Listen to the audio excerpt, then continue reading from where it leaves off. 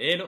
Ce soir, j'aimerais vous parler de quelque chose que beaucoup de personnes ont vécu, qui est le début de relation avec une personne. Le classique, l'évident, quand on commence une relation, c'est de cacher les bruits qu'on fait lorsqu'on va aux toilettes. C'est quand on fait la grosse commission, parce que c'est celle qui est la plus embêtante, entre guillemets.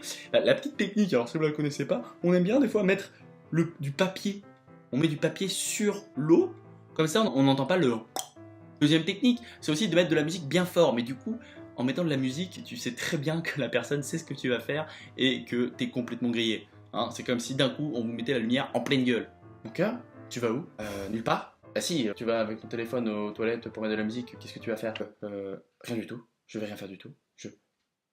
Une deuxième chose en début de relation qui est assez marrante, c'est qu'on s'empêche de faire des choses pour pas faire fuir la personne. On attend que la personne tombe amoureuse pour se lâcher. Et là, quand la personne est amoureuse, mais c'est un festival. Il n'y a plus de problème pour roter, il n'y a plus de problème pour péter. On se lâche complètement au niveau des complexes. Alors là, tu veux faire l'amour en chaussettes? Limite, ça passe. Écoute, je fais l'amour en chaussettes. C'est comme ça, au début, je le faisais pas. Maintenant que je suis à l'aise et que t'es amoureuse. Et puis c'est comme ça, c'est apprendre ou à laisser. Et après, il y a quand on fait un repas surprise, par exemple. Vous rentrez à la maison et la personne a préparé un repas pour vous. C'est ça qu'il arrive que vous n'aimiez pas ce qui a été fait, mais vous n'osez pas le dire. Ah, mon cœur, merci. C'est quoi? Des navets avec des épinards? Sauce Roquefort? Ah, merci mon cœur. Vraiment, c'est super gentil d'avoir fait la cuisine et tout. Et merci, franchement, tu germes. J'ai hâte.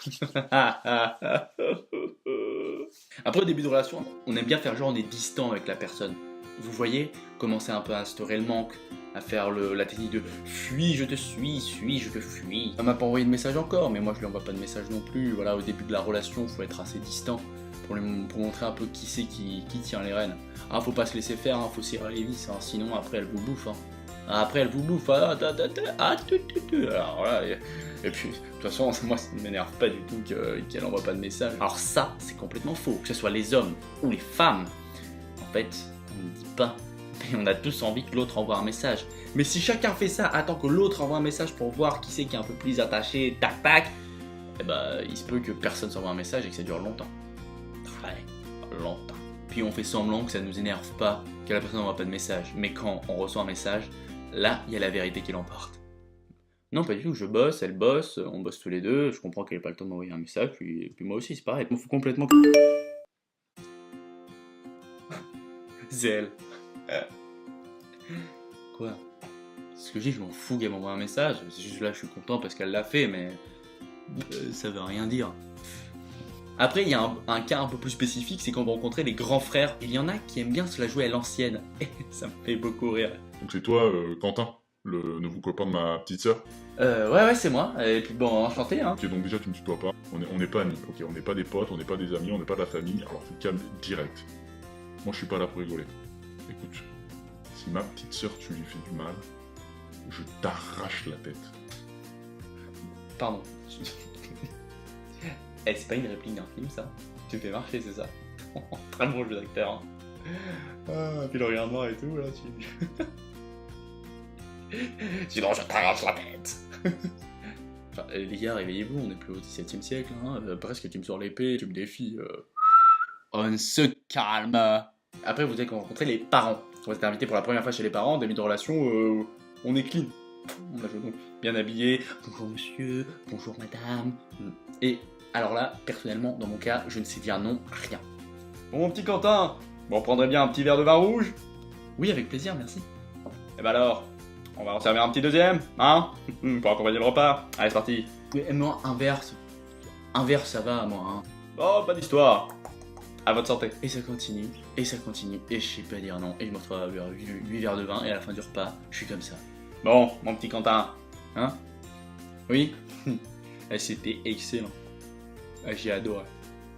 C'était un vin de quelle année? 2002? Ah bah c'est très bonne année ça, 2002. J'ai adoré. Un quoi? Un digestif? C'est combien de degrés le digestif? 90? 90? 90 degrés? Oh bah voyons fou, allez, donnez-moi ça. On le sent passer les 90 degrés. Merci. Et ben en tout cas, moi ce que je voulais vous dire, madame et monsieur, les parents de ma copine, c'est que je vous adore très beaucoup. Je vais aller me coucher. Bah écoute, j'aime beaucoup ton copain. Hein. Les débuts de relation, c'est toujours un moment pas facile, mais après, quand vous trouvez une personne qui vous correspond, bah c'est génial parce que bah vous comprenez, vous appréciez les qualités comme vous respectez et comprenez et acceptez les défauts de la personne et vous vous éclatez. Faut profiter à 100% et s'éclater. Je vous dis à bientôt